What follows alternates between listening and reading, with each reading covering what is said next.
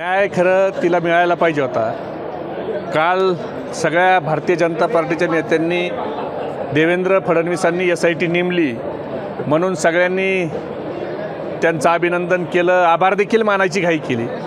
पण वास्तवात काल रात्री ज्यावेळेला पत्र आलं त्यावेळेला कशा पद्धतीनं शब्दाचा छळ हा देवाभाऊ करतायत हे आपण सगळ्यांनी बघितलं। तेजस्विनी सातपुते यांची या देखरेखीखाली तपास, म्हणजे SITची मागणी करते कुटुंब, त्यांच्या अनेक शंका आहेत, ती मिली कशी मिली, काय मिली, त्याची हत्या आहे का आत्महत्या आहे, ह्या अनेक शंका असताना निवृत्त न्यायाधीशाच्या हायकोर्टच्या अध्यक्षतेखाली महिला IPSच्या निगराणीखाली त्या ठिकाणी तपास व्हायला पाहिजे अशी मागणी असताना SITचं गाजर दाखवलं आणि कशा पद्धतीनं दिशाभूल केली आपण बघताय।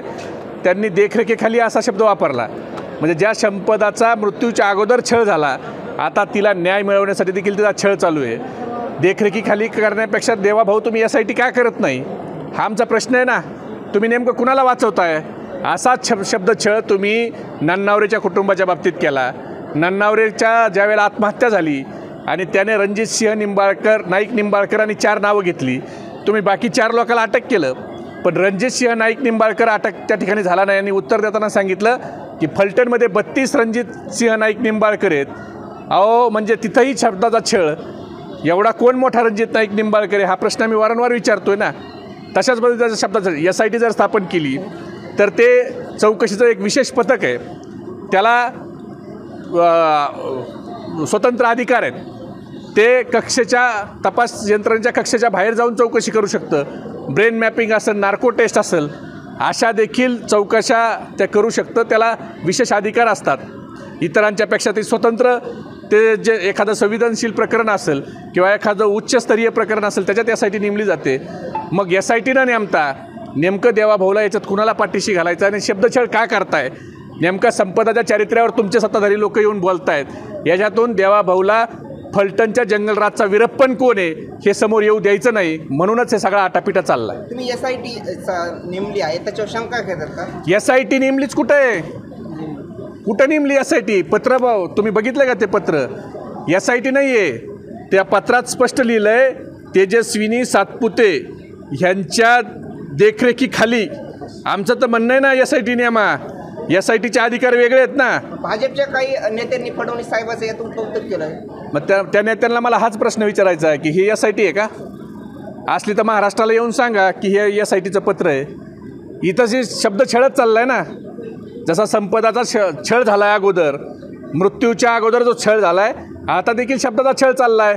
तुम्ही सांगताय SIT करतोय आणि प्रत्यक्षात देखरेखीखाली म्हणताय। म्हणजे ज्या पोलिसांच्यावर आरोप करून संपदाने स्वतःचा जीव संपवला त्याच पोलिसाच्या काय देखरेख करणार? पुरावे नष्ट केले, काय देखरेख करणार? 27 सेकंदाचा व्हिडिओ दाखवताय हॉटेलमधला, अरे 48 तासाचा मिनिट टू मिनिट व्हिडिओ द्या ना। ती कुणासोबत हॉटेलमध्ये आली, तिच्या अगोदर तिथं कोण होतं, नंतर तिथं कोण आलं, आणि ती पोलिसांनी तिची डेड बॉडी जर 7:30 घेतली ताब्यात, मोबाईल 7:30 घेतला, तर तिचा व्हॉट्सॲपचा सीन 11:13 कसा आला? संपदा काय परत मरून जीवन झालते का?